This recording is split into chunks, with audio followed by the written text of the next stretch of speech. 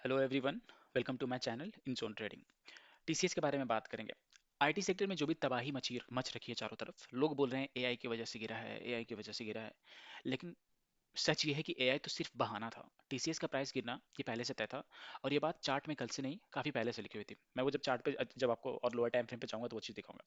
अगर आप ये वीडियो नहीं देखते हो तो आप ये मिस कर दोगे कि टीसीएस की गिरने की असली वजह क्या थी। क्योंकि मैं जो बताने वाला हूँ वो न्यूज़ में कहीं भी नहीं दिखेगा।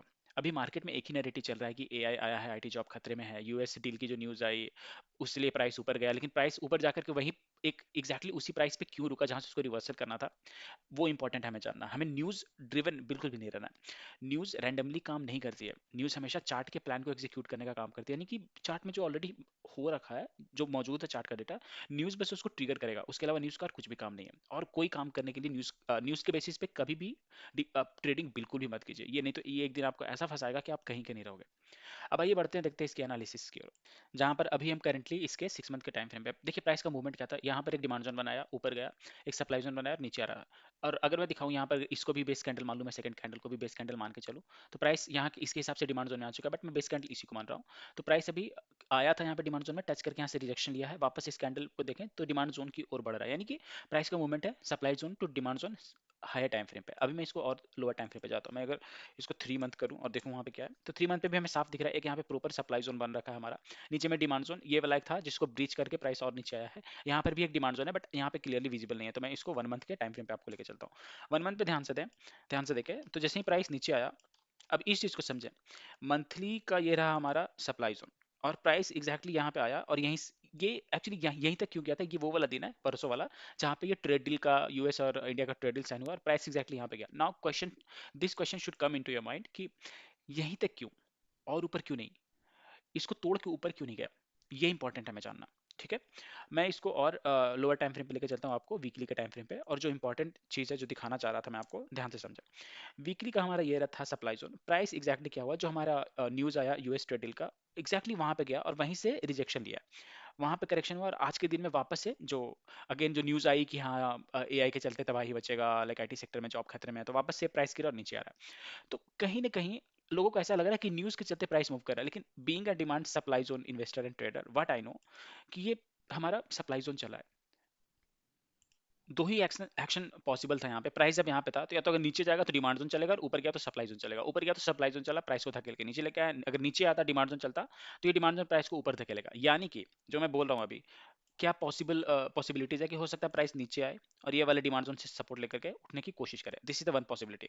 दूसरा पॉसिबिलिटी है कि क्योंकि यहाँ पे पेंडिंग ऑर्डर ज्यादा लग, बहुत बड़ा कैंडल बनते हुए दिख रहा है जिससे साफ पता चला कि यहाँ पे पेंडिंग ऑर्डर ज्यादा है, तो हो सकता है ये वाले डिमांड जोन को ये खत्म करके प्राइस को नीचे लेके आए। लेकिन ये वाला भी एक हमारा अच्छा स्ट्रॉन्ग डिमांड जोन है। And again with the most important thing is, ये जो भी डिमांड जोन हमें दिख रहा है वो सबको हाई टाइम फ्रेम का सपोर्ट है, जो कि हमारा हाफ ईयरली टाइम फ्रेम पे है। ठीक है, तो अगर ये दोनों भी इनकेस जाकर के कल को जाकर के टूटता है, तो वो कौन सा वो अच्छा पोजीशन है जहाँ पे एक्चुअली लोगों को ध्यान देना चाहिए, खेलना चाहिए। अब मैं जो बता रहा हूँ बहुत इंपॉर्टेंट है। इसको हमेशा आप अपनी जब भी कोई शेयर की एनालिसिस करेंगे तो इस पॉइंट को जरूर ध्यान में रखिएगा और यूज कीजिएगा। ध्यान दीजिए, ये जो भी मूवमेंट हुआ है कहीं ना कहीं इसी पॉइंट से तो नहीं हुआ है ना।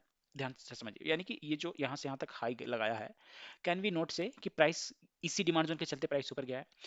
तो क्या ये डिमांड जोन स्ट्रांग नहीं है? एक तो ये वीकली का डिमांड जोन बहुत ही नैरो नैरो किया मैंने इसके रिस्क को। आप डेली के टाइम फ्रेम पे जाके और छोटा कर सकते हैं, 1 आवर के टाइम फ्रेम पे और छोटा कर सकते हैं, और प्रॉपर अपना रिस्क को ध्यान में रखते हुए कोई भी एक प्रॉपर ट्रेड प्लान कर सकता है इस लेवल पे, क्योंकि ये वाला बहुत स्ट्रांग डिमांड जोन है। बहुत ज्यादा चांसेस है कि प्राइस जैसे ही इस लेवल पे आएगा और यहाँ से आने के बाद, क्योंकि दो चांसेस है, या तो प्राइस जब नीचे आ रहा है, यहाँ से नीचे आ रहा है, तो या तो यहाँ के डिमांड जोन से रिएक्शन ले ले। बट जिस तरीके का सेलिंग प्रेशर दिख रहा है, मुझे लग रहा है कि शायद ये इसको तोड़ेगा, शायद इसको तोड़ेगा और इसके नीचे आएगा। क्योंकि अभी जब वो नीचे जाए तो उसका थोड़ा बहुत तो असर दिखेगा ना, लोग पैनिक होकर के सेल करेंगे। सेल करेंगे ऑब्वियसली, थोड़ा सा प्राइस नीचे आएगा। तो हो सकता है ये वाला डिमांड जोन पे उतना पेंडिंग ऑर्डर नहीं है जितना यहाँ से सेलिंग प्रेशर आ रहा हो, तो शायद ये टूटे। बट अगर कोई इस पे खेलना भी चाहता है, लाइक शॉर्ट टर्म में जाकर के अगर छोटा रिस्क एंड रिवॉर्ड देखोगे 1:2, इसको फाइन ट्यून करके देखिएगा, बहुत इजीली डिमांड एंड सप्लाई ये रिस्क एंड रिवॉर्ड देता है। एंड यही एक टूल है ऐसा, डिमांड एंड सप्लाई ही एक ऐसा टूल है जो आपको बताएगा कि कहाँ पे आपका एंट्री होना चाहिए, कहाँ पे आपका स्टॉप लॉस होना चाहिए, कहाँ पे आपका टारगेट होना चाहिए। यानी कि अगर आपको प्रॉपर डिमांड एंड सप्लाई आता है, कल को जाकर के मान लीजिए कोई ये वाले डिमांड जोन पे अपना लाइक पेंडिंग ऑर्डर लगा के रखता है कि जैसे ही प्राइस यहाँ पे आए मेरा ऑर्डर एग्जीक्यूट कर दो, यहाँ से 1:2 1:3 जो भी टारगेट बनाना है उसके अकॉर्डिंग मुझे मेरा टारगेट दे दो, और स्टॉप लॉस मेरा ये रहेगा, अगर इसके नीचे आया तो स्टॉप लॉस, इसके मेरा टारगेट यहाँ पे। तो यही एक तरीका जो आपको pre defined entry stop loss target देता है, और ये कोई भी आपको इंडिकेटर, कोई भी आरएसआई, कोई भी बोलिंजर बैंड कुछ नहीं देगा। तो अगर आप ये चीज़ सीखना चाहते हैं कि डिमांड एंड सप्लाई काम कैसे करता है, ड्रॉ कैसे करते हैं, लोगों को तो पहले बेसिक ये नहीं पता कि डिमांड एंड सप्लाई ड्रॉ कैसे करेंगे। तो अगर आपको ये चीज़ सीखना है तो मुझे कमेंट में जरूर बताएं। अपने चैनल पे मैं एक प्रॉपर सीरीज बना कर डाल दूंगा ताकि आप लोग उसको देख करके फायदा उठा सकें। अब ध्यान दें, अगर वीडियो आपको अच्छा लग रहा है और ऐसी क्वालिटी की वीडियो अगर आप मेरे चैनल पे कंटिन्यू देखना चाहते हैं, कोई और शेयर के बारे में सिमिलर एनालिसिस चाहिए, तो मुझे उसका नाम बताएं कमेंट में। पूरी डिमांड एंड सप्लाई एनालिसिस मैं अपने चैनल पे कर दूंगा, जो कि आपके लिए एक हेल्पफुल होगा। ध्यान दें, मैं कोई सेबी रजिस्टर्ड एनालिस्ट नहीं हूँ। ये वीडियो सिर्फ और सिर्फ एजुकेशनल पर्पस के लिए है, लर्निंग के लिए कि कैसे demand and supply zone draw करते हैं और कैसे प्राइस का एक्शन होता है डिमांड एंड सप्लाई के पास आने के बाद। अगर वीडियो अच्छा लगा तो लाइक करें, नए चैनल पे सब्सक्राइब करें। मिलते हैं अगले वीडियो में। ध्यान रखें आप अपना, अपने परिवार का। धन्यवाद।